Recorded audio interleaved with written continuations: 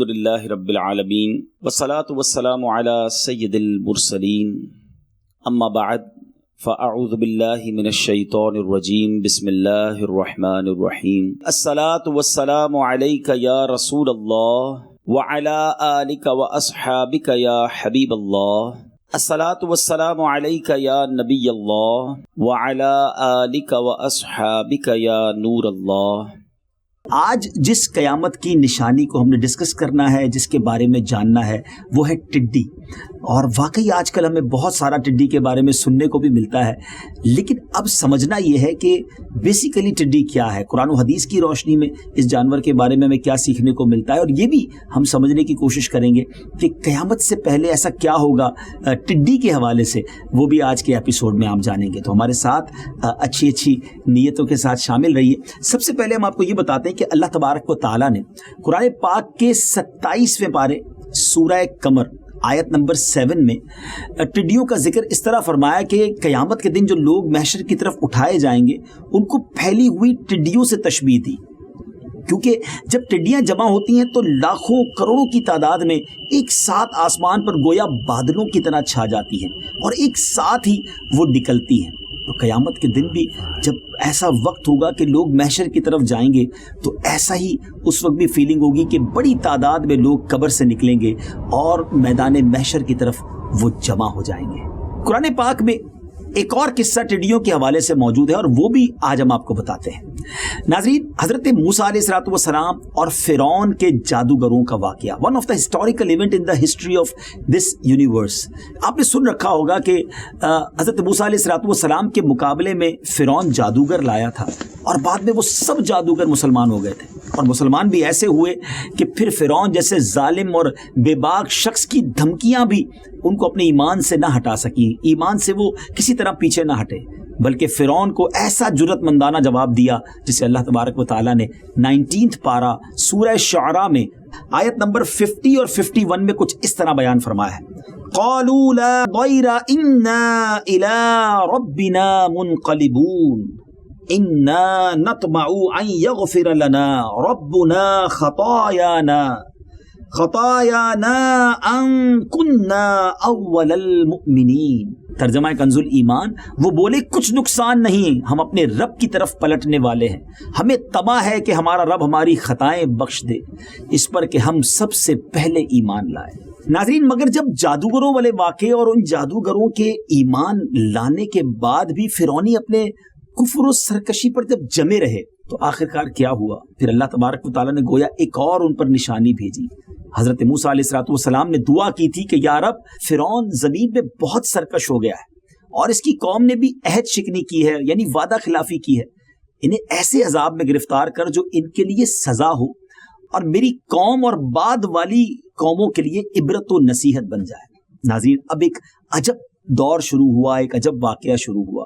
اللہ تبارک و تعالیٰ نے طوفان بھیجا اور ہوا یوں کہ بڑے بڑے کلاؤڈز آئے، بادل آئے اور ڈارک اندھیرا ہو گیا اور کثرت سے ایبنڈنٹلی بارش ہونے لگی۔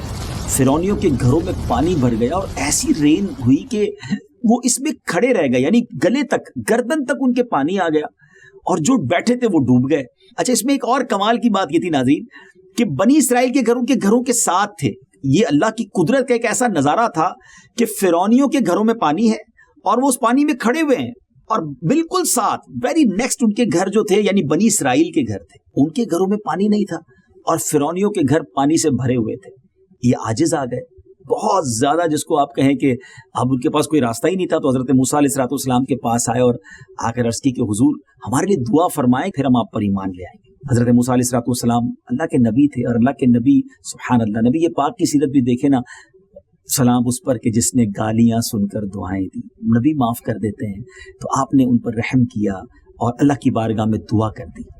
طوفان ٹل گیا، یہ پانی دور ہو گیا زمین میں۔ اب پانی، جب آپ سمجھتے ہیں کہ جب کسی جگہ پر پانی آئے، اب وہ پانی چلا گیا تو زمین سرسبز ہو گئی، شاداب ہو گئی، گرینری ہو گئی، ایسی گرینری ہوئی، ایسی کھیتیاں ہوئیں، ایسی فصلیں ہو گئیں اور اتنا فرٹیلائز وہ زمین ہو گئی کہ ایسی پہلے کبھی نہیں ہوئی تھی۔ اب درخت خوب پھلے، اس میں فروٹس آ گئے، اس میں جناب اناج اگنا شروع ہو گیا۔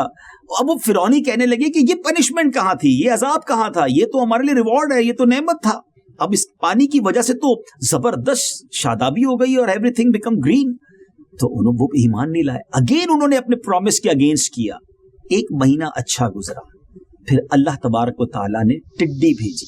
جی ہاں ناظرین, اب ان ٹڈیوں نے کیا کیا, وہ فروٹس, وہ بڑی بڑی جس کو آپ کہیں کہ کھیتیاں اور بڑے بڑے جنگلات جو بڑے گرین ہو گئے تھے, ان کھیتیوں کو انہوں نے کھانا شروع کر دیا. پھل, درختوں کے پتے, مکانوں کے دروازے, یہاں تک کہ چھتیں, تختے, سامان, یہاں تک کہ اس تختوں کے اندر جو کیلیں لگی ہوئی تھی وہ کیلیں بھی وہ کھا گئیں.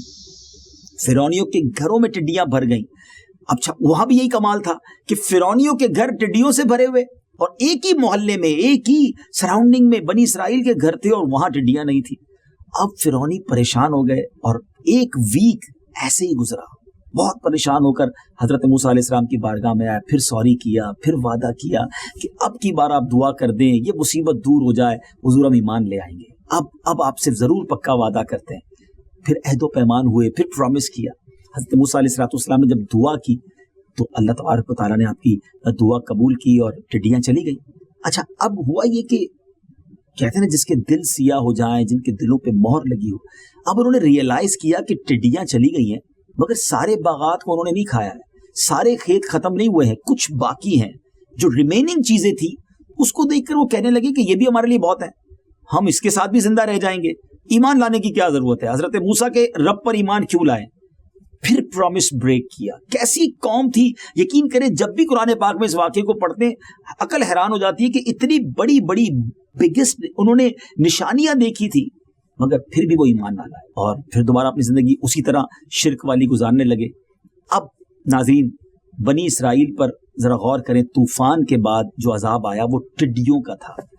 اب آئیے ناظرین میں آپ کو اس سے پہلے کہ قیامت کی نشانی کی طرف ہم لے کے چلیں, نبی پاک علیہ الصلوۃ والسلام نے ٹڈیوں کے بارے میں کیا فرمایا. سرور کائنات علیہ الصلوۃ والسلام نے ارشاد فرمایا کہ ہمارے لیے 2 مرے ہوئے جانور اور 2 خون حلال ہیں.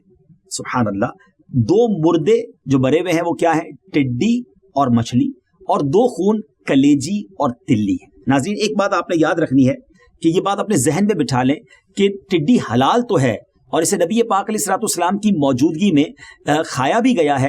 نبی پاک علیہ الصلوۃ والسلام نے اس کو کھانے سے منع نہیں فرمایا مگر خود پیارے آقا علیہ الصلوۃ والسلام نے اسے نہیں کھایا. چنانچہ نبی کریم علیہ الصلوۃ والسلام سے ٹڈی کے متعلق جب پوچھا گیا, کوسچن کیا گیا, تو فرمایا کہ اللہ کا بڑا لشکر ہے, میں نہ اسے کھاتا ہوں اور نہ اسے حرام کرتا ہوں. جیسے یاد رہے کہ پانی برکت والی چیز ہے, پانی تو سب کو اچھا لگتا ہے, بلکہ میری اور آپ کی لائف کے لیے کتنا امپورٹنٹ ہے واٹر. لیکن پانی جب بہت زیادہ آ جائے, رین کو دیکھ لینا, رین کتنا اچھا لگتا ہے, ہمارا موڈ ہی زبردست ہو جاتا ہے, ایوری بڈی انجوائنگ. مگر یہی رین زیادہ ہو جائے تو سیلاب کی شکل آ جاتی ہے, پانی بہت بڑھ جائے اور شہروں میں آ جائے تو یہ عذاب بن جاتا ہے. تو بالکل اسی طرح ٹڈی کے ذریعے جہاں اللہ پاک قوموں پر عذاب نازل فرماتا ہے وہاں یہ پرندہ برکت والا بھی ہے نا. امیزنگ بات.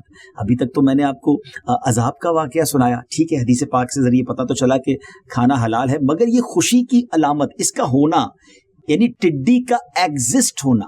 جی یہ بات ذرا سمجھیے گا. چلے میں آپ کو ایک حضرت عمر رضی اللہ تعالیٰ عنہ کا واقعہ سناتا ہوں کہ اسے دیکھ کر آپ نے خوشی میں نعرہ تکبیر لگایا تھا. اب وہ واقعہ کیا ہے, کیوں انہوں نے یہ سلوگن بلند کیا, کیوں یہ نعرہ لگایا. حضرت عمر کا دور تھا اور آپ کی دور حکومت میں اس سال جس میں آپ کی شہادت ہوئی, ٹڈیاں گم ہو گئیں, کہیں سے بھی ٹڈی نظر نہیں آتی تھی. آپ سخت غمگین ہو گئے, سیڈ ہو گئے, اور آپ نے ٹڈی کو دیکھنے کے لیے ایک سوار جو ہے, ہاں ایک ہارس رائڈر کو یمن کی طرف اور ایک ہارس رائڈر کو عراق کی طرف بھیجا, اور ایک سوار جو تھا وہ شام یعنی سیریا کی طرف بھیجا, اور ٹڈی کے بارے میں لوگوں سے پوچھتے تھے کہ کیا کچھ ٹڈیاں دیکھی گئی ہیں. آپ بھی سوچ رہے ہوں گے کہ حضرت عمر کو یہ ضرورت کیوں پیش آئی. بتاتا ہوں آپ کو, پہلے ذرا دیکھیں ٹڈی ملی کہ نہیں. ہوا یہ کہ جو ہارس رائڈر یمن گیا تھا وہ آپ کے پاس مٹھی بھر ٹڈیاں لایا اور آپ کے سامنے اس نے بکھیر دی.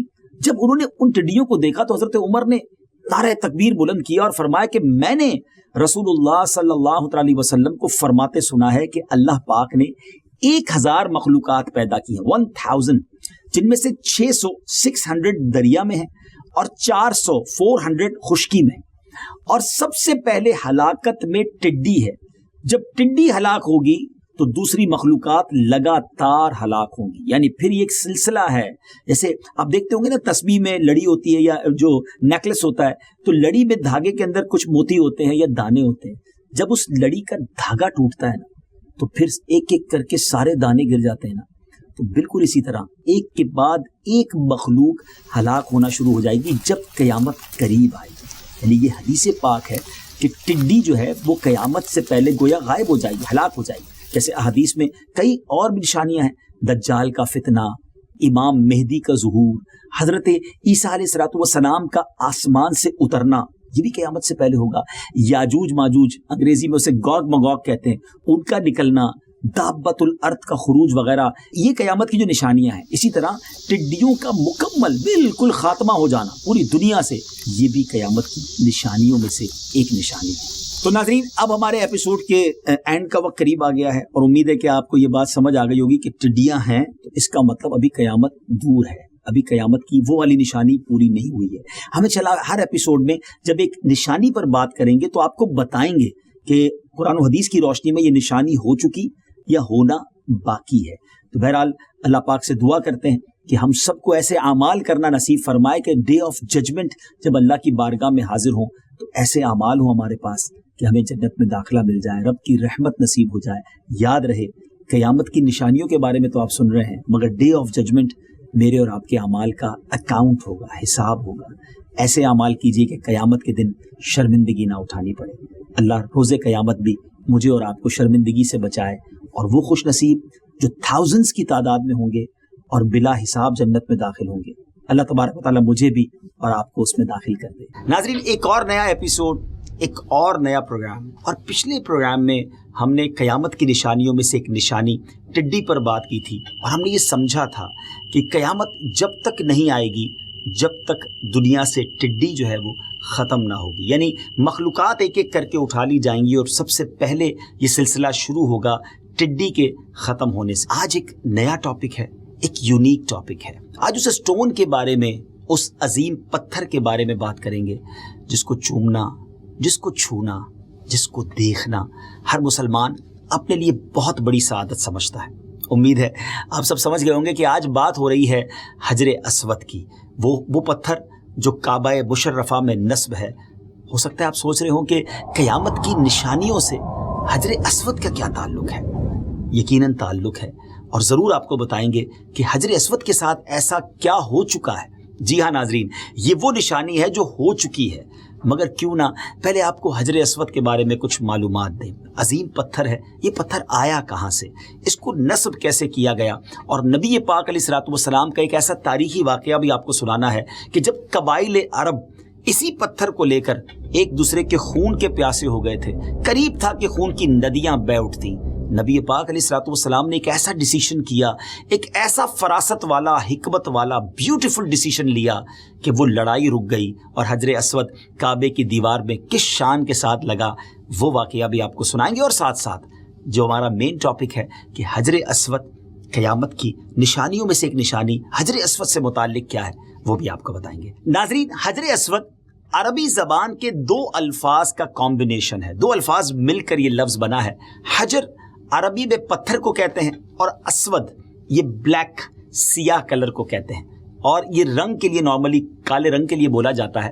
حجر اسود وہ سیاہ پتھر ہے جو کعبہ مشرفہ کے جنوب مشرقی دیوار میں نصب ہے, اور اس وقت یہ پتھر 3 بڑے اور مختلف شکلوں کے کئی چھوٹے چھوٹے ٹکڑوں پر مشتمل ہے. جی ہاں, یہ پیسز کے اندر ہے اور یہ ٹکڑے اندازاً 2.5 فٹ کے دائرے میں جڑے ہوئے ہیں. 2.5 فٹ کا جو سرکل ہے اس میں جڑے ہوئے ہیں, جن کے گرد چاندی کا ایک بہت ہی بیوٹیفل, بہت خوبصورت کور بنا ہوا ہے. مسلمان حج یا عمرہ کرنے جاتے ہیں تو وہ کعبہ مشرفہ کا جب طواف کرتے ہیں تو یہ سنت ہے کہ حجر اسود کا استلام کیا جائے. بوسہ مل جائے تو کیا ہی بات ہے, مگر بہت رش ہوتا ہے تو بعض بلکہ کثیر تعداد میں حاجی عمرہ کرنے والے دور سے ہی اس کو اشارہ کر کے چوم لیا کرتے ہیں اور خوش نصیب جب موقع ملتا ہے اور اس کو بوسہ دیتے ہیں. اور شاید دنیا میں کوئی ایسا پتھر نہیں، بلکہ یقیناً دنیا میں کوئی ایسا پتھر نہیں جس کو چومنے کے بعد کسی شخص کو اتنی خوشی ملتی ہو جو آج حجر اسود کو عشاقان رسول جب چومتے ہیں تو ان کے دلوں میں خوشی داخل ہوتی ہے۔ یہ پتھر کہاں سے آیا؟ اس پتھر کو حضرت آدم علیہ السلام جنت سے ساتھ لائے تھے اور بیت اللہ شریف کی تعمیر کے وقت ایک گوشے میں، ایک سائڈ پر اسے فکس فرمایا تھا، نصب فرمایا تھا۔ طوفان نوح میں حضرت آدم علیہ السلام نے جو کعبہ تعمیر کیا تھا وہ آسمانوں پر اس کو اٹھا لیا گیا اور اس مبارک پتھر کو جبل ابو قبیس میں رکھ دیا گیا، کیونکہ بہت بڑا فلڈ تھا، بہت بڑا طوفان تھا، تو گویا ہر طرف پانی ہی پانی تھا۔ تو پہاڑ جبل ابو قبیس کہاں ہے؟ یہ بھی آج بھی پہاڑ موجود ہے جو بالکل حرم شریف کے ساتھ ہی ہے، اور صفا مروہ کے ساتھ ایک بہت بڑا پہاڑ ہے جہاں بہت بڑا پیلس بھی اس پہاڑ کے اوپر بنا ہوا ہے، وہ پہاڑ آج بھی آپ دیکھ سکتے ہیں۔ تو جبل ابو قبیس پر رکھ دیا گیا۔ جب حضرت ابراہیم علیہ السلام اور ان کے صاحبزادے حضرت اسماعیل علیہ السلام نے خانہ کعبہ کو ونس اگین ایک بار جب دوبارہ بلٹ اپ کیا، دوبارہ تعمیر کیا، تو حضرت جبرائیل علیہ السلام نے یہ پتھر لا کر دوبارہ انہیں دیا۔ حضرت ابراہیم علیہ السلام نے اپنے ہاتھوں سے اس کو دیوار کعبہ میں ایک بار پھر فکس کیا، ایک بار پھر نصب کیا۔ سبحان اللہ، اس پتھر کو گویا کتنے انبیاء کے ہاتھوں کو چومنے کا شرف بھی حاصل ہوا۔ آج سے آلموسٹ مور دین 1400 ایئرز اگو، 606 سنہ عیسوی میں جب ہمارے آقا علیہ السلام کی عمر مبارک 35 ایئرز کی تھی، ایک بڑا عجیب واقعہ ہوا یہ کہ بہت زور کی بارش مکہ پاک میں ہوئی اور ایسا سیلاب آیا، اتنا بڑا فلڈ آیا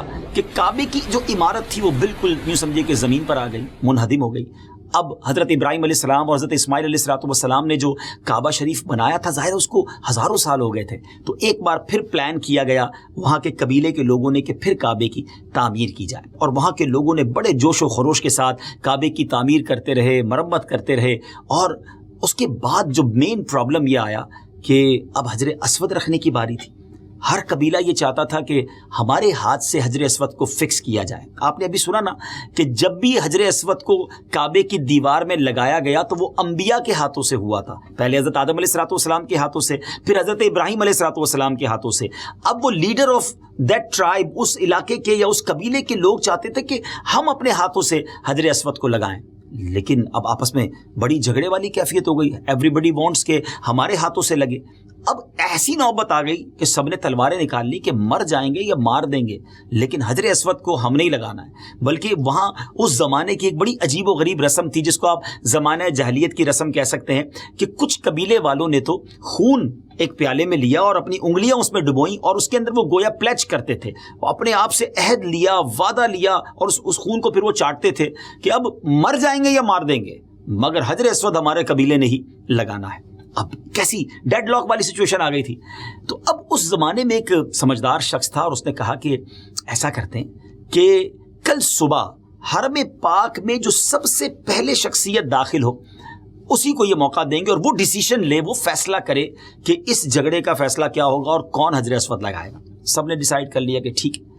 اب سبحان اللہ، صبح کے وقت حرم پاک میں داخل ہونے والی، انٹر ہونے والی شخصیت کوئی اور نہیں، ہم سب کے آقا مدینے والے مصطفیٰ صلی اللہ تعالی علیہ وسلم تھے۔ اور نبی پاک علیہ السلام کو انٹر ہوتے دیکھ کر ان سب نے کہا کہ آپ صادق ہیں، آپ امین ہیں، ہمیں آپ کا فیصلہ منظور ہے۔ اب ذرا سوچئے کہ یہ کتنا بڑا ڈیسیشن تھا کہ کسی بھی ایک قبیلے کے لیے اگر ڈیسیشن ہوتا تو شاید باقی لوگ لڑنے مرنے پر تیار ہو جاتے، مگر کیا کمال کا فیصلہ میرے آقا علیہ السلام نے لیا، اور اللہ تبارک و تعالیٰ نے کیا عقل مبارک عطا فرمائی تھی، کیا ڈیسیشن پاور تھا۔ پیارے آقا علیہ السلام نے فرمایا کہ ایسا کرو، ایک بڑی سی چادر کو لایا جائے اور حجر اسود کو اس چادر کے اندر رکھا گیا۔ پھر اناؤنس کیا کہ ہر قبیلہ، ایوری ٹرائب اپنا ایک نامنی، اپنا ایک نمائندہ دے دے کہ جو حجر اسود کو فکس کرنے کے لیے آگے آ جائے۔ تو سب نے اپنے اپنے گویا سردار کو یا اپنے نمائندہ کو آگے کر دیا۔ اب پیارے آقا علیہ السلام نے فرمایا کہ سب اس چادر کا ایک ایک کونا پکڑ لیں۔ سب نے اس چادر کو اٹھایا، اس چادر پر حجر اسود تھا، اس چادر کو کعبہ مشرفہ کے قریب لایا گیا اور ہمارے آقا مدینے والے مصطفیٰ صلی اللہ تعالیٰ علیہ وسلم نے اپنے مبارک ہاتھوں سے حجر اسود کو اس جگہ پر لگا دیا۔ سبحان اللہ، گویا حجر اسود کا مقدر بھی جاگ اٹھا کہ نبی پاک علیہ السلام نے اسے اپنے مبارک ہاتھوں سے کعبے کی دیوار میں ایک بار پھر فکس کر دیا، اور یہ لڑائی، یہ جھگڑا سب سیٹسفائی ہو گئے کہ ٹھیک ہے، ہم اس میں شریک تو رہے چادر کو اٹھانے میں، اور نبی پاک علیہ السلام نے اس کو وہاں پر فکس کیا. حجر اسود کے بارے میں فضائل، اس کی جو بلیسنگز ہیں، سبحان اللہ، احادیث میں اس پتھر کی کیسی کیسی فضیلتیں بیان ہوئی ہیں. ایک دو حدیثیں آپ کو سنا دیتا ہوں اور پھر چلتے ہیں قیامت کی اس ایسی نشانی کی طرف جو ہو چکی ہے. نبی پاک علیہ الصلوۃ والسلام نے فرمایا حجر اسود اور مقام ابراہیم جنت کے یاقوتوں میں سے یاقوت ہیں. سبحان اللہ، اللہ تعالیٰ نے ان کے نور اور روشنی کو ختم کر دیا ہے. اگر اللہ تعالیٰ اس کی روشنی کو ختم نہ کرتا تو مشرق و مغرب کا درمیانی حصہ روشن ہو جاتا. سبحان اللہ، یعنی جنتی یاقوتوں میں سے یاقوت فرمایا گیا حجر اسود اور مقام ابراہیم کو. مبارک ہو ان حاجیوں کو، ان زائرین کو جنہوں نے اپنی آنکھوں سے حجر اسود کو اور مقام ابراہیم کو دیکھا اور جنہوں نے حجر اسود کو چوما. سبحان اللہ. ایک اور حدیث پاک سنتے ہیں. نبی پاک علیہ الصلوۃ والسلام نے فرمایا حجر اسود جنت سے آیا تو دودھ سے بھی زیادہ سفید تھا. ہے نا امیزنگ بات. اسود تو کہتی کالے کو، بلیک کو کہتے ہیں، اور واقعی وہ تھا ہے بھی بلیک، مگر جب وہ جنت سے آیا تھا اس وقت وہ وائٹ تھا، اور فرمایا کہ دودھ سے زیادہ سفید تھا، وائٹر دین ملک. سبحان اللہ. اور اسے بنو آدم کے گناہوں نے سیاہ کر دیا ہے، یعنی انسانوں کے گناہوں کی وجہ سے یہ سیاہ ہوا، اور یہ حدیث ترمذی شریف میں موجود ہے. اب آئیے چلتے ہیں اس عظیم نشانی کی طرف، اس واقعے کی طرف کہ جس کا میں نے کچھ اشارہ تو سٹارٹ میں دیا تھا کہ یہ نشانی ہو چکی ہے. یہ بات ہے 8 ذوالحجہ 317 سنہ ہجری کی. ان دنوں کرامتا جو فرقہ تھا وہ کافی زور پکڑ چکا تھا، اور یہ فتنہ تقریباً 366 سنہ ہجری سے کمزور پڑنا شروع ہوا، اور ہوتے ہوتے 400 سنہ ہجری سے پہلے ان کا نام و نشان ختم ہو گیا.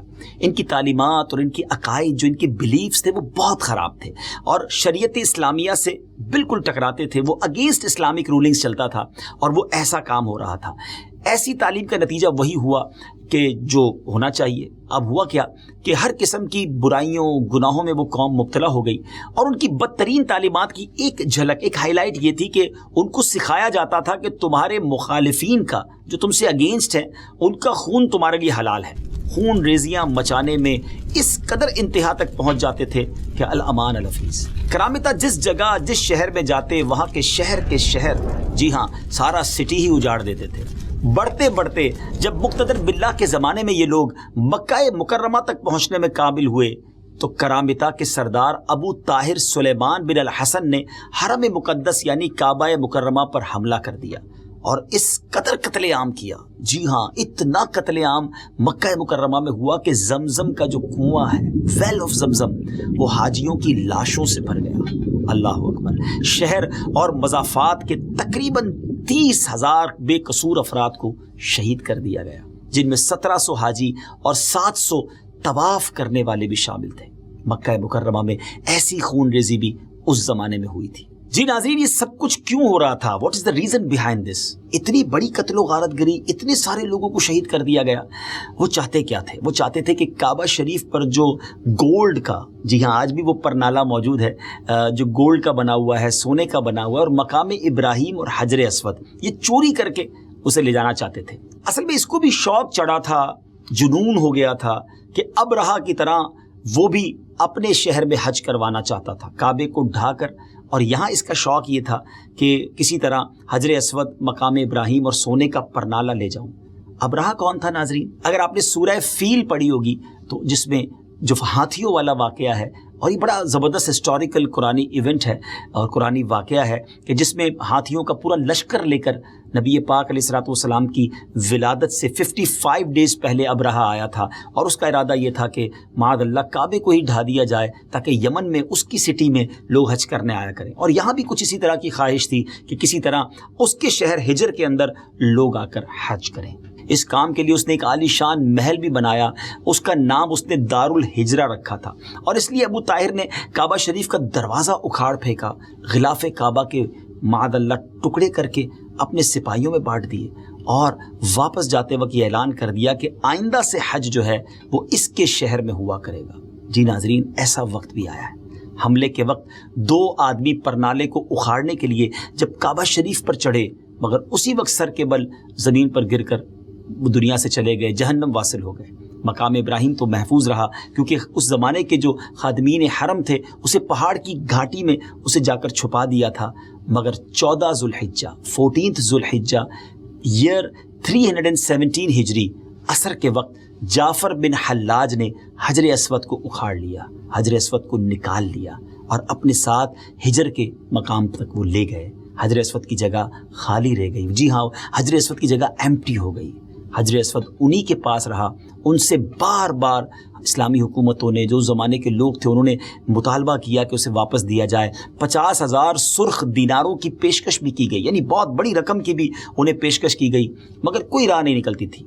پھر فاطمیوں کی مداخلت کرنے سے یہ واپسی کا مطالبہ زور پکڑ گیا اور عبداللہ المہدی نے بھی ابو طاہر کو پیغام بھیجا کہ اگر حجر اسود واپس نہ کرو گے تو پھر جنگ کے لیے تیار ہو جاؤ۔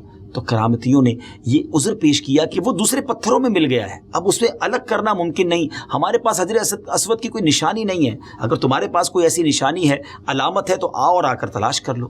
اب علماء کرام کا ایک بورڈ بیٹھا اور انہوں نے فیصلہ کیا کہ ان سب پتھروں کو آگ میں ڈال دیا جائے، جو پتھر حجر اسود ہوگا وہ آگ میں جلے گا نہیں، پھٹے گا نہیں، کیونکہ حجر اسود جنت سے آیا ہے اور جنت سے آنے والی چیز کو آگ کوئی امپیکٹ نہیں کر سکتی، آگ کوئی اثر نہیں کر سکتی۔ اس طرح اس مقدس پتھر کی برتری اور مقبولیت کا لوہا منوا کر اسے 22 سال کے طویل عرصے کے بعد، جی ہاں ناظرین 22 ایئرز کعبہ وداؤٹ حجر اسود رہا۔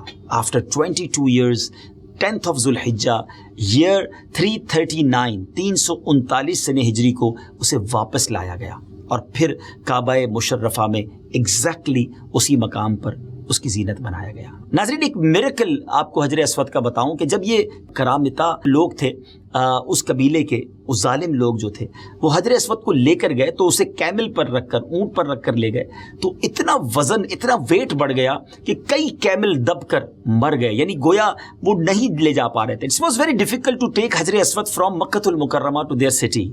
اب لیکن لے تو گئے، لیکن آپ میریکل دیکھیں کہ جب حجر اسود واپس آیا، اسے جب واپس لایا گیا، اسے پہلے تو فائنڈ آؤٹ کیا گیا آگ کے ذریعے کہ یہ وہ پتھر ہے جو جنتی پتھر ہے، اور پھر اس کے بعد جب یہ واپس آیا تو بالکل ایک کمزور اونٹ اسے لے کر مکہ پاک لے آیا، یعنی بڑے نارمل سے کیمل کے ذریعے وہ یہاں آ گیا۔ اور ابو طاہر کی موت کے بارے میں علامہ جلال الدین سیوطی رحمۃ اللہ تعالی تحریر فرماتے ہیں کہ ابو طاہر اپنی آخری عمر میں چیچک کے مرض میں مبتلا ہوا اور اس کا جسم پھٹ گیا اور نہایت ذلت کے ساتھ اس کی ڈیتھ ہوئی۔ تو ناظرین یہ تھا وہ پورا قصہ کہ حجر اسود کو چوری کرنے کی کوشش کی گئی، جس کے بارے میں ہمارے آقا علیہ الصلوۃ والسلام نے بہت پہلے فرما دیا تھا کہ قیامت قائم نہیں ہوگی کہ جب تک حجر اسود کو اس کی جگہ سے نہ اٹھا لیا جائے گا۔ علماء کرام نے حجر اسود کی اس چوری کو روایات کی روشنی میں قیامت کی نشانیوں میں شامل فرمایا ہے، اور ہم نے اسی وجہ سے اس واقعے کو بھی بیان کیا۔ اور یاد رہے یہ قیامت کی نشانی، یہ سائن آف قیامہ یہ ہو چکی ہے۔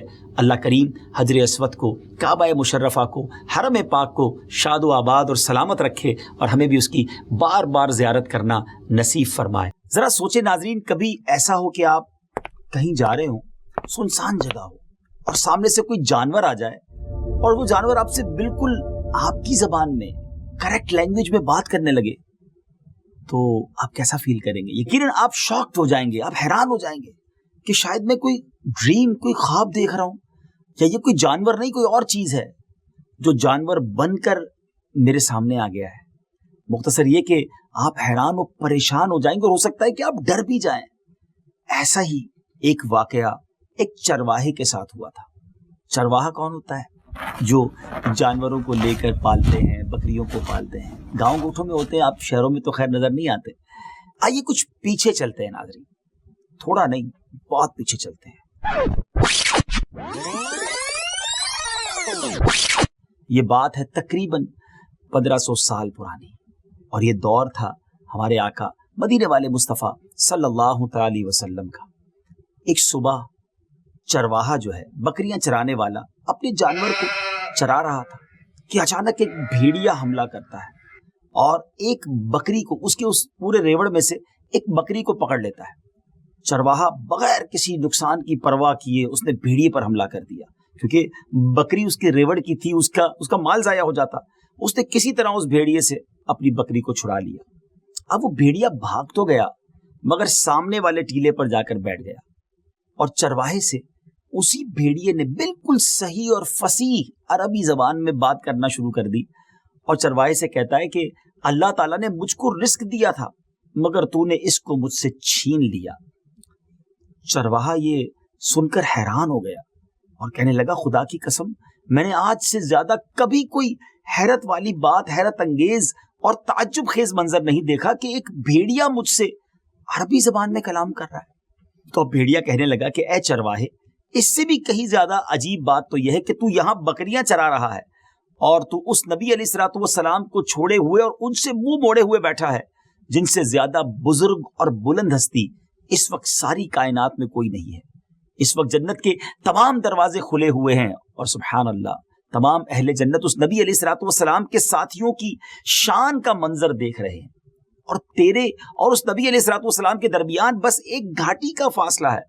کاش تو بھی اس نبی علیہ الصلوۃ والسلام کی خدمت میں حاضر ہو کر اللہ کے لشکروں کا ایک سپاہی بن جاتا۔ چرواہا اس گفتگو کو سن کر بڑا متاثر ہوا اور کچھ سوچ کر بھیڑیے سے بولا کہ اگر میں ان نبی علیہ الصلوۃ والسلام کی بارگاہ میں چلا جاتا ہوں تو میری بکریوں کی حفاظت کون کرے گا؟ بھیڑیے نے جواب دیا کہ تیرے لوٹنے تک میں خود تیری بکریوں کی نگہبانی کروں گا۔ ناظرین، یہ منظر شاید اس آسمان و زمین نے پہلی بار دیکھا ہوگا کہ بھیڑیا یعنی ولف جو ہے وہ بکریوں پر حملہ کرتا ہے، اور آج یہ چرواہا، یہ بکریوں کو سنبھالنے والا، اپنی تمام بکریوں کو اسی بھیڑیے کے حوالے کر کے اسی ولف کو نگہبان بنا کر اب اللہ کے نبی علیہ الصلوۃ والسلام کی بارگاہ میں حاضری کے لیے جا رہا ہے۔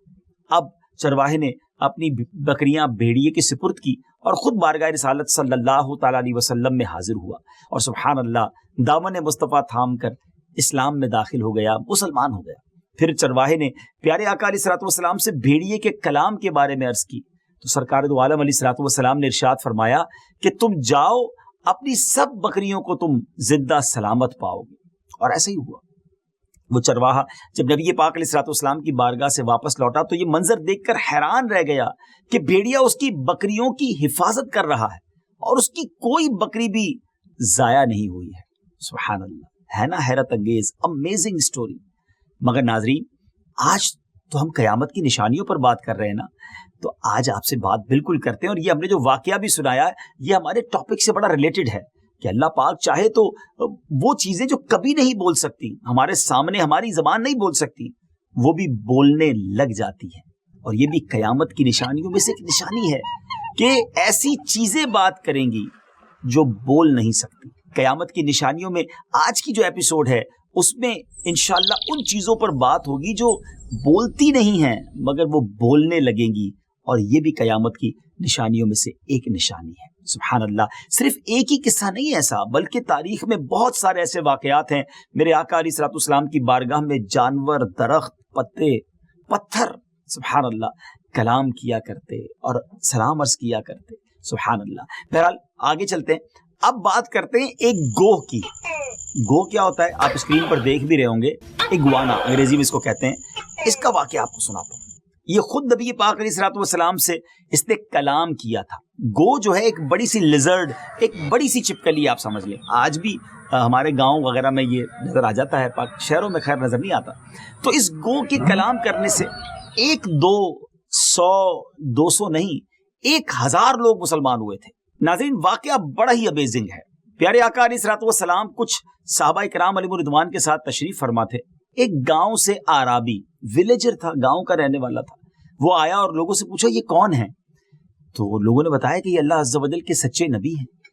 تو اس آرابی کے ساتھ گوہ اگوانا ہے، یعنی وہ بھی تھی۔ اس نے کہا کہ حضور میں اس وقت تک آپ پر ایمان نہیں لاؤں گا جب تک میری یہ گو آپ کی نبوت کی گواہی نہ دے۔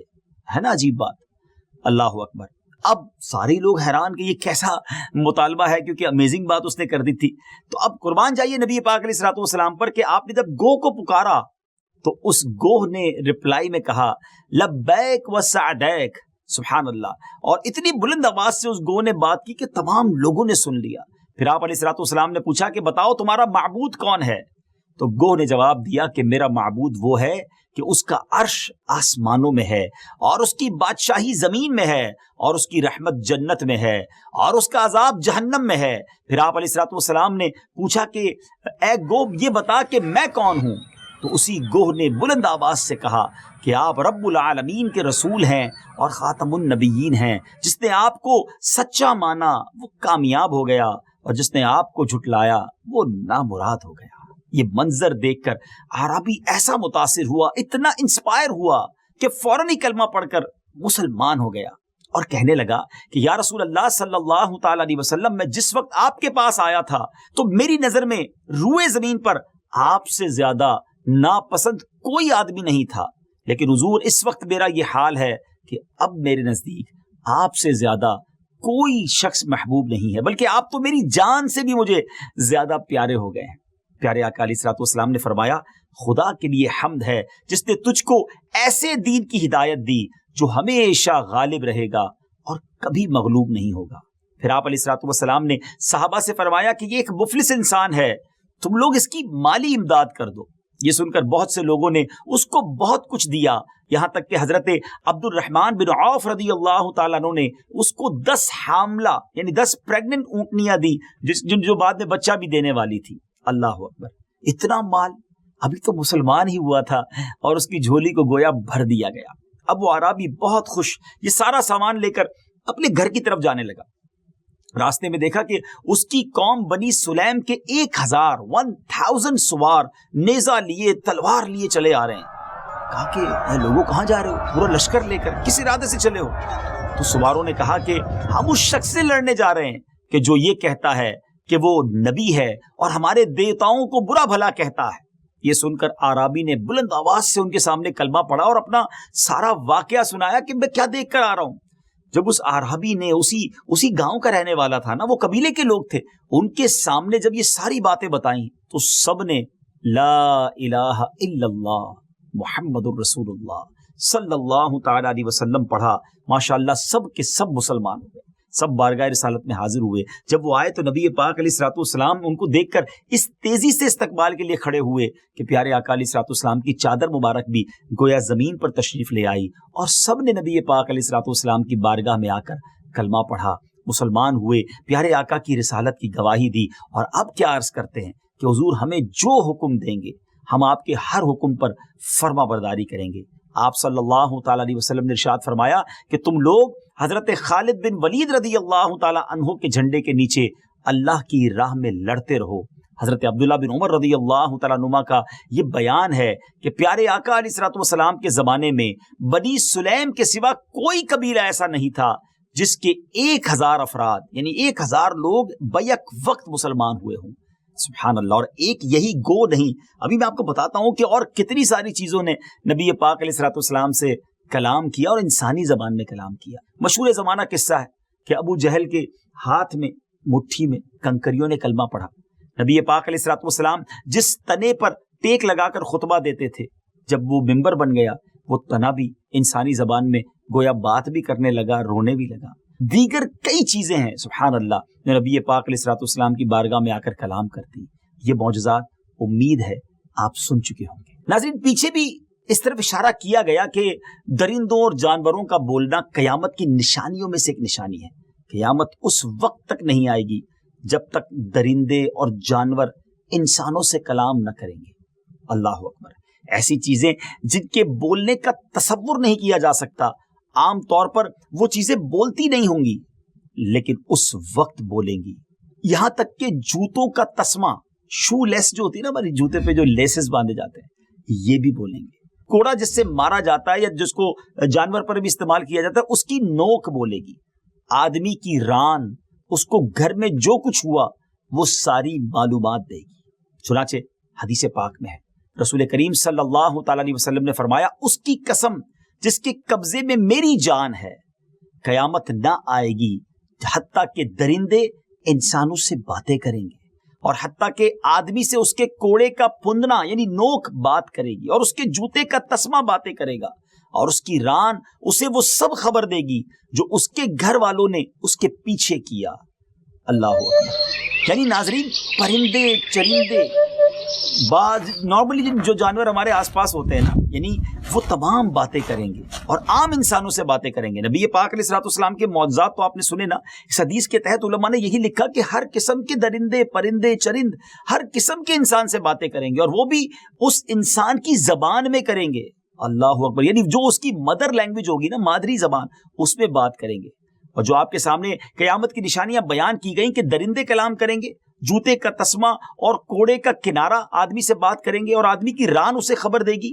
تو اس میں جو پہلی نشانی درندوں کے کلام کرنے والی، وہ تو واقع ہو چکی ہے، جیسا کہ ہم نے آپ کو واقعات سنائے نبی پاک علیہ الصلوۃ والسلام کے. مگر باقی جو نشانیاں ہیں، یعنی جوتے کا تسمہ، شو لیسز، کوڑے کا کنارہ کا اس کا کلام کرنا، اور آدمی کی ران کا اس کو خبر دینا، اس حوالے سے علماء کے درمیان اختلاف ہے. بعض محققین فرماتے ہیں کہ یہ نشانیاں بھی پوری ہو چکی ہیں، اور اس حوالے سے وہ جدید چیزوں کی مثالیں بیان فرماتے ہیں. مختلف مشینیں، یعنی موبائل فون، کیمرہ وغیرہ. اب دیکھیں نہیں ہمارے قریب کیا ہوا پیچھے وہ بھی بتا دیتے ہیں، اور ہم سے باتیں بھی کر رہے ہوتے ہیں. جبکہ بعض علماء اس سے جدید آلات مراد نہیں لیتے، اور وہ کہتے ہیں کہ نشانیاں ابھی پوری نہیں ہوئی ہیں. بہرحال علماء کا اس میں اختلاف ہے، اور اللہ ہی بہتر جانتا ہے کہ یہ نشانیاں مکمل ہو گئی ہیں یا پھر آگے ہوں گی. ناظرین، یہ آج کا ایپیسوڈ تھا. یعنی قیامت کی ایک نشانی ہے کہ جس میں اس سے پہلے درندے بات کریں گے، جانور انسان سے بات کریں گے، اور مختلف چیزیں بات کریں گی. اینڈ آف دا ڈے قیامت تو آنی ہے، اس کی تیاری کرنی ہے، اس کے لیے اچھے اعمال کرنے ہیں. وہ ڈے آف ججمنٹ ہے، جب میری اور آپ کے اعمال کی گویا ججمنٹ ہوگی. زندگی ایسی گزاری ہے کہ روز قیامت شرمندہ نہ ہونا پڑے. ایک بار پھر الحمدللہ نیو ایپیسوڈ لے کر حاضر ہیں. آج کا ایپیسوڈ بھی امید ہے کہ پچھلے ہی ایپیسوڈ کی طرح بڑا امیزنگ ہوگا، کیونکہ بات ہوگی قیامت کی نشانیوں کی. آج کس نشانی کی بات کرنی ہے، آج آپ کو کیا بتانا ہے. ایک لفظ ہوتا ہے ناظرین، مسخ.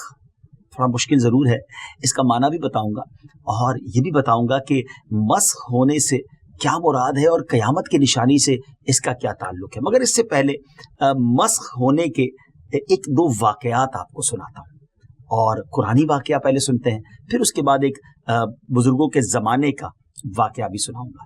مسخ جو لفظ ہے، اس کا معنی ہے صورت کا بدل جانا، ڈسٹورشن آف دا فیس، چہرے کا بدل جانا. اور یہ واقعات پہلے کے دور میں ہو چکے ہیں، اور آگے ہوں گے یا کیسے ہوں گے وہ بھی ضرور بتاؤں گا.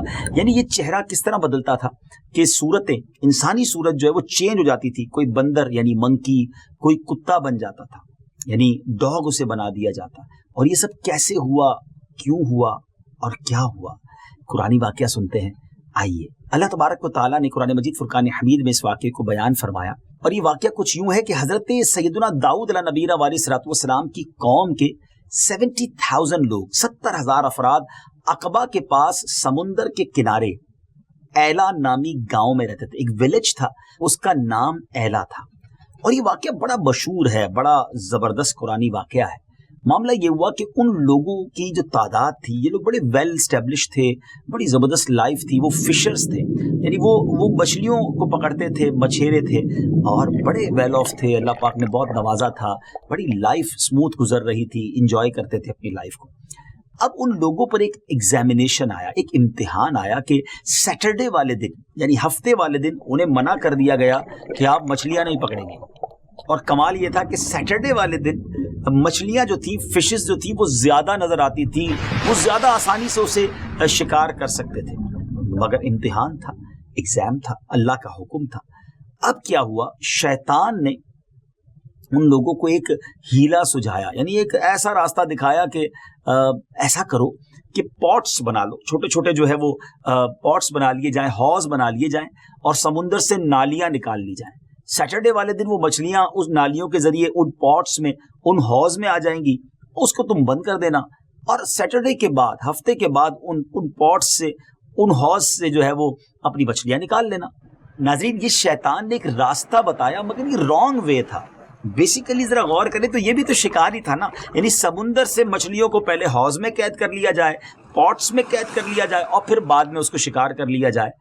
تو وہ لوگ لالچ میں آئے، انہوں نے گریڈ اختیار کی، یعنی لالچ اختیار کی، اور یہ کام کرنا شروع کر دیا. اب یہ بیسیکلی جب یہ کام ان لوگوں نے کیا تو ان کے درمیان گروہ بن گئے. کچھ لوگ کہنے لگے نہیں یہ اللہ تعالیٰ کی نافرمانی ہے, یہ تو سیٹرڈے والے دن شکار کرنا ہو گیا جو کہ منع ہے, حرام ہے. مگر 12,000 کے قریب لوگ وہ تھے جو شیطان کی اس بات پر گویا انہوں نے یہ عمل شروع کر دیا. اور اب جو اللہ والے لوگ تھے, اللہ کی بات کو فالو کرنے والے لوگ تھے, اللہ کے نبی حضرت داؤد علیہ السلام کو فالو کرتے تھے, انہوں نے کہا کہ اب ہمارا آپ کا کوئی تعلق نہیں ہے. انہوں نے ان کے ساتھ سوشل بائیکاٹ کیا اور درمیان میں ایک وال کریٹ کر دی, ایک دیوار کھڑی کر دی, انہیں سیپریٹ کر دیا, بائیفرکیٹ ہو گئے وہ لوگ. اب کیا ہوا, حضرت داؤد علیہ السلام آئے, ان کو جب پتا چلا کہ قوم نے ایسا کام کیا ہے, اللہ تبارک و تعالیٰ کی طرف سے منع تھا سیٹرڈے والے دن شکار کرنا, انہوں نے ہفتے والے دن اس طرح شکار کیا, تو آپ نے اس قوم کی بربادی کے لیے دعا فرما دی. اب کیا ہوا ناظرین, ایک دن ایسا آیا کہ دیوار کے اس طرف, اس بڑی وال کے اس طرف جو 12,000 لوگ رہتے تھے, ادھر سے کوئی آواز نہیں آئی. تو یہ لوگ حیران ہوئے کہ اس برابر سے کوئی باہر بھی نہیں آیا, کوئی وائس بھی نہیں آ رہی ہے, معاملہ کیا ہے. تو جب اس قوم کے کسی فرد نے اس دیوار کو, اس وال کو جب چڑھ کر اس طرف دیکھا, تو وہ دیکھ کر حیران ہو گئے کہ وہاں تو 12,000 لوگ بندر بن چکے ہیں. جی ہاں ناظرین, 12,000 لوگ منکی بن چکے تھے, ان کے چہرے مسخ کر دیے گئے تھے. اب وہ بیچ میں جو ڈور تھا اس کو کھولا گیا, اور جب اس ڈور کو کھولا گیا تو وہ لوگ جب ادھر آئے تو حیران ہو گئے کہ جسم انسانوں والا اور چہرہ بندروں والا, اور ایک دوسرے کو پہچان بھی نہیں پا رہے تھے. اچھا جو بندر تھے نا, وہ اپنے رشتہ داروں کے کپڑوں کے پاس آ کر, ان کے پاس آ کر انہیں سونگتے تھے, آنکھوں سے آنسو بہاتے تھے, مگر رشتہ دار پہچان نہیں پاتے تھے کہ یہ کون ہے. 3 دن تک تو 12,000 افراد بھوکے پیاسے رہے, اور آخرکار تمام 12,000 لوگ دنیا سے چلے گئے, مارے گئے. ناظرین یہ عذاب تھا اللہ تبارک و تعالیٰ کی طرف سے, ایک ایسا ایگزام تھا اس قوم کا جس میں باقی لوگ تو سکسیسفل ہو گئے, مگر یہ 12,000 رب کی نافرمانی کرنے کی وجہ سے, حرام روزی کمانے کی وجہ سے بندر بنا دیے گئے. حکم الہی ہوا, یہ ان پر عذاب نازل ہوا, اور 12,000 لوگوں کے چہرے مسخ کر دیے گئے, بدل دیے گئے. کہ پچھلی قوموں میں عذاب ہوا.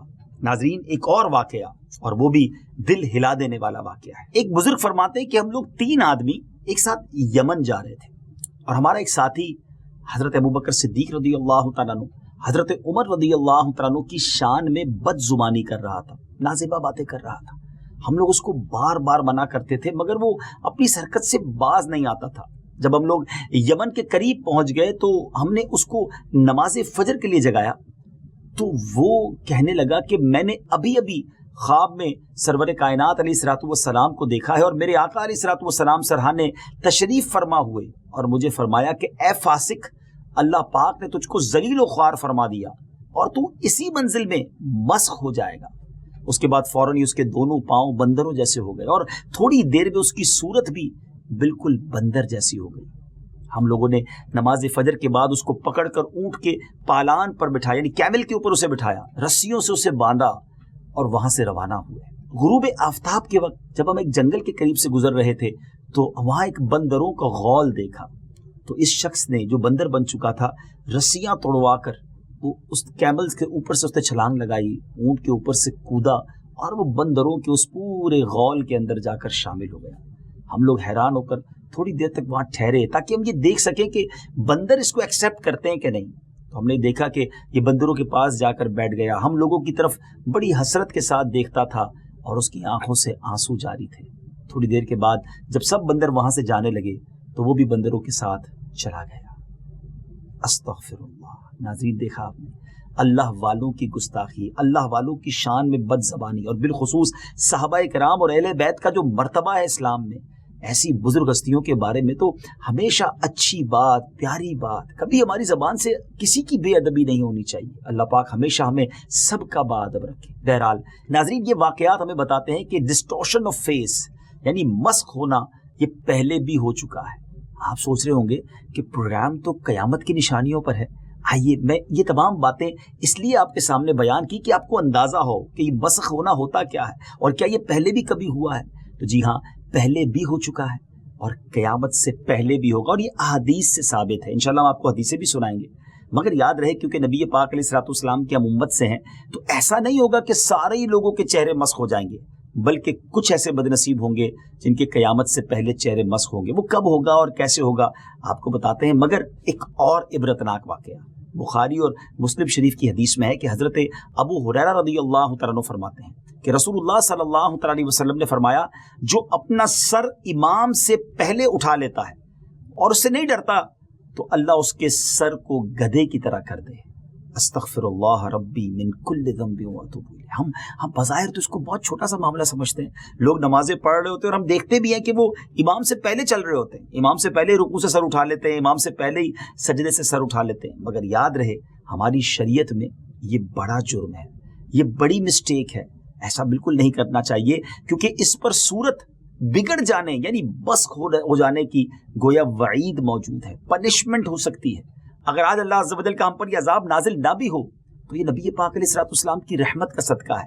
مگر بعض نادان ہو سکتا ہے اس وقت بھی ہمیں سن کر سوچ رہے ہو کہ یار ایسا کیسے ہو سکتا ہے، اتنی سی غلطی پر کیا اتنی بڑی سزا مل سکتی ہے. دیکھیں حدیث پاک ہے اور ہمیں اس پر ہمیشہ عمل کرنا ہے، ڈرنا ہے ان چیزوں سے کہ نہیں ہمیں یہ کام نہیں کرنا، جو اللہ رسول نے فرمایا اس پر عمل کرنا ہے. اسی حدیث پاک کی شرح میں حضرت علامہ ملا علی قاری رحمۃ اللہ تعالی ایک عجیب واقعہ بیان فرماتے ہیں کہ ایک محدث دمشق سیریا میں ایک مشہور شیخ تھے، حدیث سیکھنے گئے اور وہ شیخ پردے میں رہ کر انہیں حدیث پڑھاتے تھے. حالانکہ وہ مرد تھے، مرد تو پردہ نہیں کرتے نا. تو ایک بار ان کے اسٹوڈنٹ نے بڑا اصرار کیا کہ حضور اپنا چہرہ تو دکھائیے نا، آپ پردے میں بیٹھ کر پڑھاتے ہیں. جب انہوں نے چہرے سے پردہ اٹھایا تو ان کی صورت گدھے جیسی تھی. استغفر اللہ. فرمایا کہ میں اس حدیث کے بارے میں اس کو عقل میری مانتی نہیں تھی، میں اس حدیث کو حقیقت نہیں سمجھتا تھا اور آزمائش کے طور پر میں امام سے آگے سر اٹھانے لگا، امام سے پہلے سر اٹھانے لگا اور میں اس مصیبت میں گرفتار ہو گیا. ناظرین یہ واقعات ہو سکتے ہیں، ہمیں ڈرنا چاہیے. اللہ کے عذاب یا اللہ تبارک و تعالیٰ کی طرف سے جو پنشمنٹ ہے نا اس کو مذاق نہیں سمجھنا چاہیے اور اس کو ایگزام نہیں کرنا چاہیے. یہ پہلی قوموں کے انداز تھے جو انبیاء کرام علیہ الصلوۃ والسلام کو کہا کرتے تھے. آپ قرآن پڑھے تو صحیح، وہ کہتے تھے اگر تم سچے ہو تو ہم پر عذاب لے آؤ. یہ تو کفار کا طریقہ رہا اور پھر پنشمنٹ آئی، پھر عذاب آئے ان پر. تو یہ کبھی بھی نہ کہیں یا کبھی بھی نہ سوچیں کہ بھائی عذاب آنا ہوگا تو دیکھیں گے. استغفر اللہ، ہماری تو حیثیت ہی نہیں ہے. ہمیں ہمیشہ اللہ کے عذاب سے پناہ مانگنی چاہیے اور اللہ سے اس کی رحمت کا ہی سوال کرنا چاہیے. تو اب آئیے نبی پاک علیہ الصلوۃ والسلام کی میں 2 حدیثیں آپ کو سناتا ہوں جس سے آپ کو اندازہ ہوگا قیامت سے پہلے بھی یہ منظر آئے گا. حدیث پاک میں نبی پاک علیہ الصلوۃ والسلام نے فرمایا کہ قیامت سے پہلے میری امت کے آخری زمانے میں زمین کا دھنسنا، شکلوں کا بدلنا اور پتھروں کا برسنا ہوگا. اللہ اکبر. یعنی زمین گویا دھس جائے گی، پتھر برسیں گے اور چہرے مسخ ہو جائیں گے. نبی پاک علیہ الصلوۃ والسلام کی ایک اور حدیث پاک ہے. پیارے آقا علیہ الصلوۃ والسلام نے فرمایا اے انس لوگ مختلف شہر آباد کریں گے، ان میں سے ایک شہر ہے جسے بصرہ کہا جائے گا. تو اگر تم وہاں سے گزرو تو اس میں جاؤ، وہاں کی کھاری زمین سے اور وہاں کے مقام کلا سے اور وہاں کے باغات، بازار اور وہاں کے امیروں کے دروازوں سے بچنا، کیونکہ وہاں زمین دھنسنا، پتھر برسنا اور زلزلے ہوں. اور ایک قوم رات کو سوئے گی اور صبح اٹھے گی تو بندر اور سور بن جائے گی. ناظرین علماء فرماتے ہیں کہ بصرہ میں اب تک یہ نشانی ظہور پذیر نہیں ہوئی ہے، یعنی ابھی تک یہ نشانی ہونا باقی ہے. ہم اللہ پاک سے دعا کرتے ہیں کہ اللہ پاک ہم پر اپنا خاص رحم فرمائے اور ہمیں ان عذابوں سے محفوظ فرمائے. اس کے ساتھ ہی ناظرین اب یہ بھی نیت کرنی ہے کہ ایسے بے ادبی والے معاملات سے شریعت کے جو احکام ہیں اس کو ڈس اوبے نہیں کرنا، اس پر عمل کرتے چلے جانا ہے. اللہ کریم ہم سب کو قیامت کے دن اپنی بارگاہ میں پیش ہونے سے پہلے اپنے مقبول بندوں میں شامل فرما لے. اور قیامت کے دن جو قرآن میں آیا کہ کچھ چہرے چمکتے ہوں گے اور کچھ چہرے سیاہ ہوں گے، رب کریم زندگی ایسی گزارنا نصیب فرمائے اور ہم سے راضی بھی ہو جائے کہ قیامت کے دن ہم سب کے چہرے چمکتے ہوں اور خوشی خوشی جنت کی طرف جانے کا ہمیں انعام مل جائے. ناظرین کعبہ مشرفہ مسلمانوں کی دلوں کی دھڑکن، وہ مقدس مقام جس کی زیارت کے لیے کون سا مسلمان ہے جس کا دل نہ تڑپتا ہو، کروڑوں آنکھیں جس کے لیے بے قرار رہتی ہوں. سبحان اللہ. کعبہ مشرفہ کا جب بھی کوئی دیدار کرتا ہے اس کے دل کی کیفیت بدل جاتی ہے. ساری زندگی جو شخص روزانہ 5 بار نماز پڑھتے ہوئے منہ میرا کعبہ شریف کی طرف کر کے نماز پڑھتا ہو تو اس کا جی کیوں نہ چاہتا ہو کہ جس رخ پر نماز پڑھتا ہوں اس کعبے کا دیدار بھی نصیب ہو جائے۔ بہرحال اب ذرا غور کیجئے، ساری دنیا کے مسلمان جس جگہ سے بہت محبت کرتے ہوں، اگر کوئی شخص کعبہ شریف کو گرا دے، کعبہ شریف کو ڈھا دے تو کیا کیفیت ہوگی، کیسا لگے گا، کتنا شوق لگے گا، کیسا قیامت کا منظر ہوگا۔ جی ہاں، وہ قیامت نہ صحیح مگر قرب قیامت میں ایسا ضرور ہوگا، کیونکہ اس بارے میں میرے آقا مدینے والے مصطفیٰ صلی اللہ تعالی علیہ وسلم کی احادیث موجود ہیں، اور علماء نے قیامت کی نشانیوں میں اسے شامل فرمایا ہے۔ قیامت کی جو نشانی میں نے آج آپ کو بتانی ہے وہ کعبے کا گرا دیا جانا ہے۔ جی ہاں ناظرین، قیامت سے پہلے ایسا ہوگا، اس کے بارے میں بھی آپ کو میں بتاؤں گا، مگر آئیے میں آپ کو ہسٹری میں لیے چلتا ہوں۔ چند 100 سال پہلے کوئی آیا تھا گرانے کعبے کو، ارادہ بڑا پکا تھا، پلاننگ بھی بڑی زبردست تھی کہ کعبے کو معاذ اللہ نقشے سے ہٹا دیا جائے گا۔ پھر کیا ہوا، آئیے آپ کو ماضی میں لیے چلتے ہیں۔ یہ وقت ہے نبی پاک علیہ الصلوۃ والسلام کے دنیا میں تشریف لانے کے 55 ڈیز پہلے کا۔ ایک بادشاہ یمن کا تھا جس کا نام تھا ابرہہ۔ اسے بڑی تکلیف تھی کہ لوگ کعبے کا حج کیوں کرتے ہیں۔ وہ چاہتا تھا کہ صنعاء کے اندر، یمن کا ایک سٹی ہے، کہ اس میں لوگ آئیں۔ اس نے ایک بڑا سا گرجا گھر بنایا ہوا تھا کہ لوگ وہاں پر آئیں اور وہاں سالانہ جمع ہوں اور گویا حج کریں۔ اس کا آلٹرنیٹ یہ تھا اس کے ذہن میں کہ کعبے کو ختم کر دیا جائے اور تاکہ لوگ یمن آ کر، صنعاء آ کر حج کریں۔ وہ غیر مسلم تھا، پلان بڑا خطرناک تھا۔ اس نے کیا کیا، ناظرین ذرا سمجھیے گا۔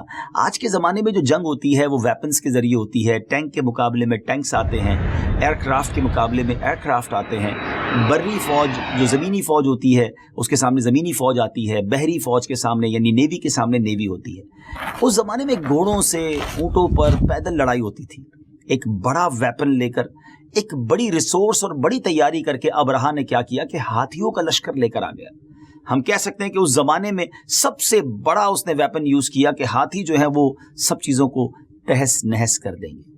مکے والوں پر روب ڈالنے کے لیے مکے شریف کے قریب پہنچ کر اس نے پہلا آرڈر یہ دیا کہ مکے والوں کے تمام جانور جو ہیں وہ گویا گرفتار کر لیے جائیں، کنٹرول کر لیے جائیں۔ اب ان کے سپاہیوں نے کیا کیا کہ مکے شریف کے لوگوں کے جانور پکڑ کر لے آئے، بکریاں، گائیں، جو ریوڑ وغیرہ ہوتے ہیں۔ اور آپ سمجھتے ہیں کہ گاؤں کے لوگوں کے، اور خاص طور پہ پہلے زمانے میں لوگوں کا یہی روزگار اور یہی آمدنی کا ذریعہ ہوا کرتا تھا۔ اب مکے والے پریشان ہوئے۔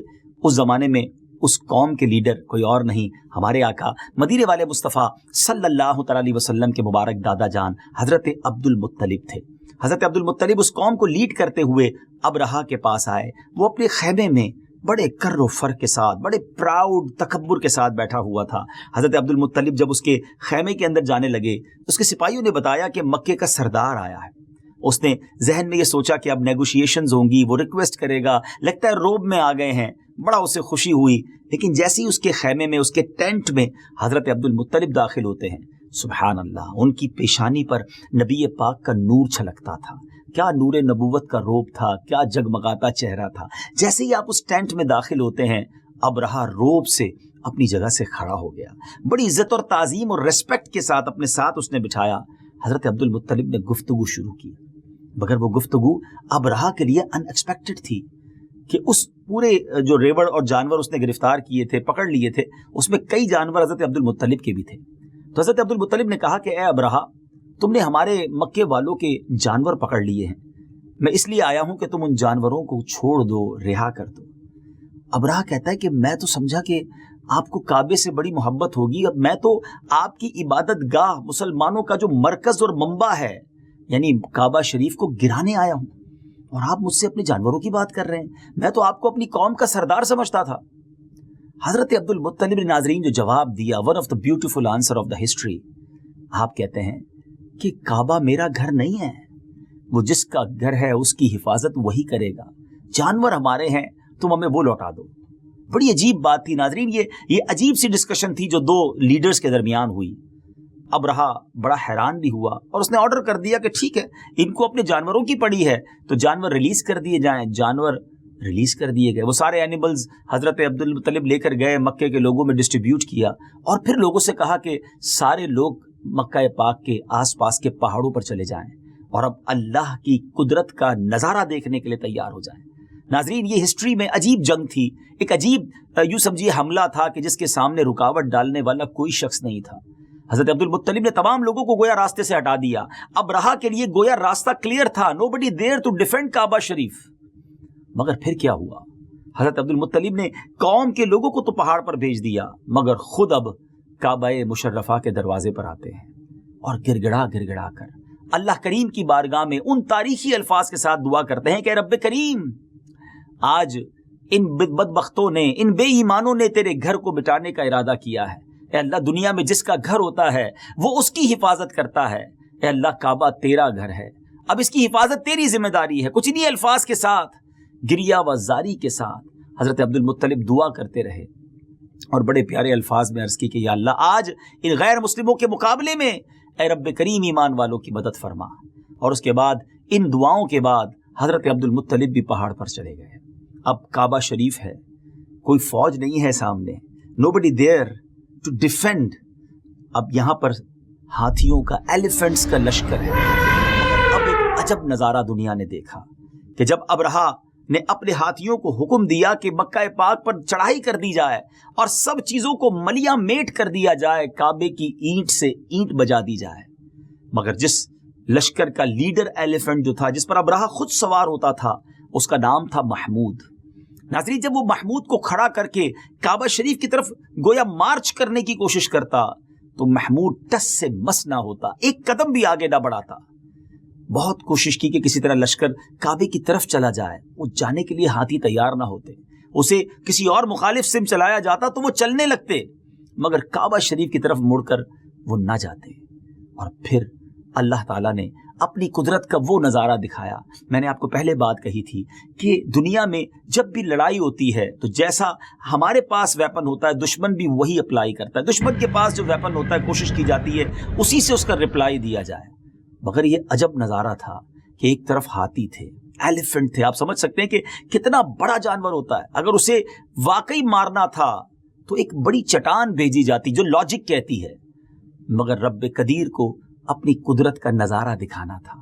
اللہ تعالیٰ نے اتنے بڑے ہاتھیوں کے لیے بھیجا کیا؟ چھوٹا سا پرندہ، چڑیا جتنا پرندہ۔ اور اس کے پنجوں میں کیا تھا؟ اس کے پنجوں میں کوئی چٹان نہ تھی۔ چڑیا جتنا پرندہ کتنا بڑا پتھر اٹھا سکتا ہے؟ کنکریاں تھیں۔ ناظرین، پھر کیا ہوا وہ ضرور بتاتا ہوں، مگر اب اس پورے پس منظر کے بعد جب آپ سورہ فیل کی تلاوت سنیں گے، جو کئی بار سنی ہوگی نماز میں، کئی بار قرآن میں پڑھی ہوگی، مگر اب اس بیک گراؤنڈ کے ساتھ جب آپ اسے پڑھیں گے تو انشاءاللہ اس کا لطف بھی اور آئے گا، اور یہ ساری ہسٹوریکل جو سٹوری ہے، ہسٹوریکل ایونٹ جو ہے، وہ گویا آپ کی آنکھوں کے سامنے آ جائے گا۔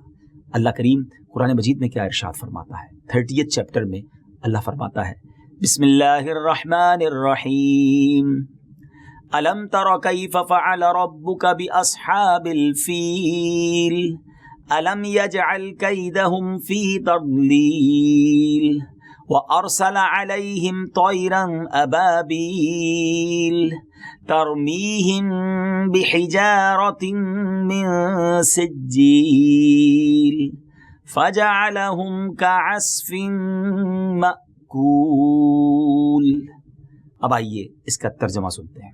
یعنی اے محبوب، کیا آپ نے نہ دیکھا کہ آپ کے رب نے ان ہاتھی والوں کا کیا حال کر ڈالا؟ کیا ان کے داؤں کو تباہی میں نہ ڈالا اور ان پر پرندوں کی ٹکڑیاں بھیجیں تاکہ انہیں کنکر کے پتھروں سے مارے تو انہیں چبائے ہوئے بھس جیسا بنا ڈالا۔ سبحان اللہ۔ اللہ تعالیٰ نے اپنی قدرت کا ایسا نظارہ دکھایا کہ جب ابراہ اور اس کے لشکریوں کا یہ انجام ہوا نا ناظرین، تو عبد المطلب پہاڑ سے نیچے اترے۔ ہوا کیا کہ ان ابابیلوں نے جب اپنے پنجوں سے کنکر پھینکے، قدرت کا نظارہ یہ تھا کہ وہ ایک کنکر ہاتھی سوار، جو ہاتھی کے اوپر، ایلیفنٹ کے اوپر بیٹھا ہوا سوار تھا، رائڈر تھا، اس کے سر پہ گرتا، اسے چیرتا، ایلیفنٹ کو چیرتا اور زمین میں پیوست ہو جاتا، اور اس کے پرخچے اڑ گئے۔ جیسے قرآن نے کہا نا، فَجَعَلَهُمْ كَعَصْفٍ مَّأْكُولٍ، چبائے ہوئے بھس جیسا بنا ڈالا، پرخچے اڑ گئے، ان میں کوئی باقی نہ بچا۔ اب پوری دنیا پر ایک روب طاری ہو گیا کہ کعبے کی جو ہے وہ بے حرمتی نہیں ہو سکے گی، کعبے کو کوئی اٹیک کرنے والا اب ہمت نہ کر سکے گا۔ حضرت عبد المطلب کی عزت پہلے ہی بہت تھی، اب اور زیادہ ریسپیکٹیبل بن گئے. اینی وے اب ناظرین آتے ہیں اپنے موضوع کی طرف کہ یہ واقعہ تو پہلے ٹرائی کیا گیا تھا اور کعبے کو آنچ بھی نہیں آئی تھی، مگر قیامت سے پہلے کعبہ شریف کو گرا دیا جائے گا. جی ہاں ناظرین، قیامت سے پہلے ایسا ہوگا. اب معاملہ یہ ہوگا ناظرین کہ پیارے آقا علیہ الصلوۃ والسلام کی احادیث میں آیا، حضرت عبداللہ ابن عمر رضی اللہ تعالیٰ عنہ سے روایت ہے کہ نبی کریم علیہ الصلوۃ والسلام نے فرمایا، حبشہ کو چھوڑے رہو جب تک وہ یمن چھوڑے رہیں، کیونکہ کعبے کا خزانہ نہ نکالے گا مگر حبشہ کا ایک چھوٹی پنڈلیوں والا. یہ ابو داؤد شریف کی حدیث ہے. اس حدیث پاک کی کمنٹری میں، اس حدیث پاک کی شرح میں لکھا گیا ہے کہ آخری زمانے میں حبشہ کے بارے میں ایک روایت یہ کہ ایتھوپیا جو ہے وہ جو افریقن جو ایریا ہے اس کو حبشہ کہا جاتا ہے. کعبے کو گرانے والا ایک غیر مسلم حبشی حبشہ سے کعبہ معظمہ کو گرانے کے ارادے سے اور اس کے نیچے سے خزانہ نکالنے کے نیت سے پوری رات چلے گا یہاں تک کہ وہ کعبے تک پہنچ جائے گا. اصل میں بیسیکلی ایک بات مشہور ہے کہ کعبے کے نیچے بہت سارے بادشاہوں کا خزانہ دبا ہوا ہے. وہ شخص اسی لالچ میں اسی خزانے کو حاصل کرنے کے لیے خانہ کعبہ کو ڈھا دے گا. یہ واقعہ کب ہوگا؟ یہ قیامت کی دردناک نشانی کب پوری ہوگی؟ اس کا جواب یہ ہے کہ یہ ہولناک واقعہ حضرت عیسیٰ علیہ الصلوۃ والسلام کے دنیا سے پردہ فرمانے کے بعد ہوگا، جب قرآن مجید کے ورق سادہ رہ جائیں گے. جی ہاں، یہ بھی ایک نشانی ہے کہ قرآن پاک کے جو اوراق ہوں گے، جو پیجز ہوں گے، وہ بلینک ہو جائیں گے، گویا قرآن بھی دنیا سے اٹھا لیا جائے گا. اس کے بارے میں بھی آگے جا کے بات کریں گے. اور دنیا میں کوئی بھی اللہ کہنے والا نہ ہوگا. ایسا بھی وقت اس دنیا نے دیکھنا ہے اور یہ قیامت کے بالکل قریب ہوگا. ایک روایت میں یہ بھی ہے کہ پیارے آقا علیہ الصلوۃ والسلام نے فرمایا، مجھے قسم ہے اس ذات کی جس کے قبضہ قدرت میں میری جان ہے، میں کعبے کے گرانے والے کو دیکھ رہا ہوں. وہ بڑا متکبر، ٹانگوں کو پھیلا کر چلنے والا، گنجا اور لنجا ہے. وہ اپنے ہتھوڑوں سے کھڑے ہو کر کعبے کو گرا رہا ہے. اس کے علاوہ بھی اس طرح کی کئی احادیث میں اس بارے میں آیا ہے جن میں مضمون یہ واضح ملتا ہے کہ ایک شخص، بدبخت شخص، کعبہ معظمہ کو گرائے گا. بس اللہ پاک سے دعا ہے رب کریم ہمیں ایمان پر خاتمہ نصیب فرمائے. کعبہ مشرفہ سے سچی محبت ہے، اللہ کرے کہ بار بار کعبے کا طواف نصیب ہو اور کعبے کے غلاف کو پکڑ کر رب کریم کی بارگاہ میں دعائیں کرنا رب کریم نصیب فرمائے. ہمیں اجازت دیجیے، اگلی ایپیسوڈ میں ایک اور قیامت کی نشانی لے کر حاضر ہوں گے.